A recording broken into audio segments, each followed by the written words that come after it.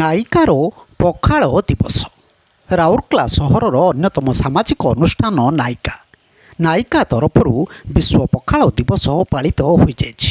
ଅନୁଷ୍ଠାନର ସମ୍ପାଦିକା କନକଲତା ଦାସଙ୍କ ଆବାହକତ୍ୱରେ ଆୟୋଜିତ ଏହି ଉତ୍ସବରେ ଆର୍ଏସ୍ପିର ପ୍ରାକ୍ତନ ମହାପ୍ରବନ୍ଧକ ନାରାୟଣ ପତି, ନାଟ୍ୟକାର ଭାସ୍କର ଚନ୍ଦ୍ର ମହାପାତ୍ର, କବି ଚିତ୍ତରଞ୍ଜନ ବ୍ରହ୍ମା, ସୁବ୍ରତା ପତି ପ୍ରମୁଖ ଅତିଥି ଭାବେ ଯୋଗଦେଇ ପଖାଳ ଦିବସର ମହତ୍ତ୍ୱ ଓ ଏହା କିପରି ସାମାଜିକ ଜୀବନକୁ ପ୍ରଭାବିତ କରି ରଖିଛି ସେ ବିଷୟରେ ଆଲୋଚନା କରିଥିଲେ। ଜଗତର ନାଥ ପ୍ରଭୁ ଶ୍ରୀ ଜଗନ୍ନାଥଙ୍କ ପାଖରେ ପଖାଳ ଭୋଗ ସମ୍ପର୍କରେ ଆମର ପରମ୍ପରା ସଂସ୍କୃତି କେତେ ମହାନ ବକ୍ତାମାନେ ମତ ଦେଇଥିଲେ। ସର୍ବୋପରି ପଖାଳ ଓଡ଼ିଆଙ୍କ ପ୍ରିୟ ଖାଦ୍ୟ ଓ ଏହାର ଔଷଧୀୟ ଗୁଣ ଉପରେ ଆଲୋଚନା କରାଯାଇଥିବା ବେଳେ ଉପସ୍ଥିତ ଅତିଥି ଓ ସଦସ୍ୟଙ୍କ ମଧ୍ୟରେ ଦହି ପଖାଳ, ମାଛ ଭଜା, ଶୁଖୁଆ ଛେଚା, ବାଇଗଣ ପୋଟଳ ଭଜା, ସଜନା ଛୁଇଁ ଆଳୁ ଭଜା, ଛତୁ, ପଣସ କଷା, ଶାଗ ଭଜା, ଟମାଟର ଖଟା, କଲରା ଭଜା, ବଡ଼ିଚୁରା, ଆଳୁ ଭର୍ତ୍ତା, କାକୁଡ଼ି, ଗାଜର, ଲେମ୍ବୁ ଆଦି ପରଷା ଯାଇଥିଲା।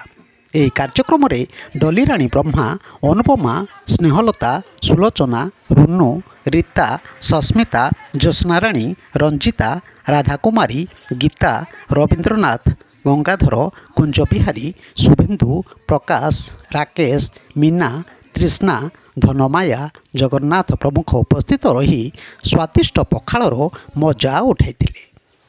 ଦେଖନ୍ତୁ ତାରି ଚିତ୍ର।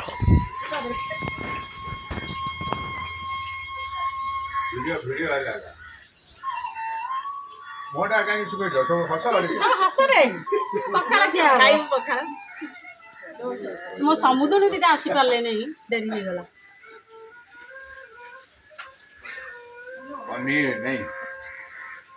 ଆଜ୍ଞା ମନ୍ଦିର କିଏ ଦେବ? ଗାଈ କାହାର ନାହିଁ, ଦୁଆଳିଆ ଯାହାର ଅଛି ସେ ଆଣିବନି,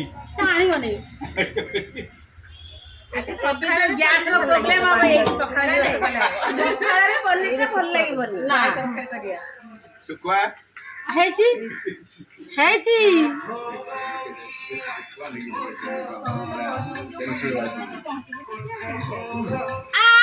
ଜଲ୍ଦି ଫଟୋଟା ଉଠୁଛି।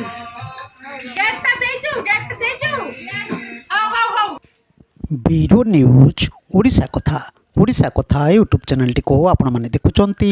ମତାମତ ଦିଅନ୍ତୁ, ଲାଇକ୍ କରନ୍ତୁ, ସବସ୍କ୍ରାଇବ୍ କରନ୍ତୁ ଓ ସେୟାର ମଧ୍ୟ କରନ୍ତୁ।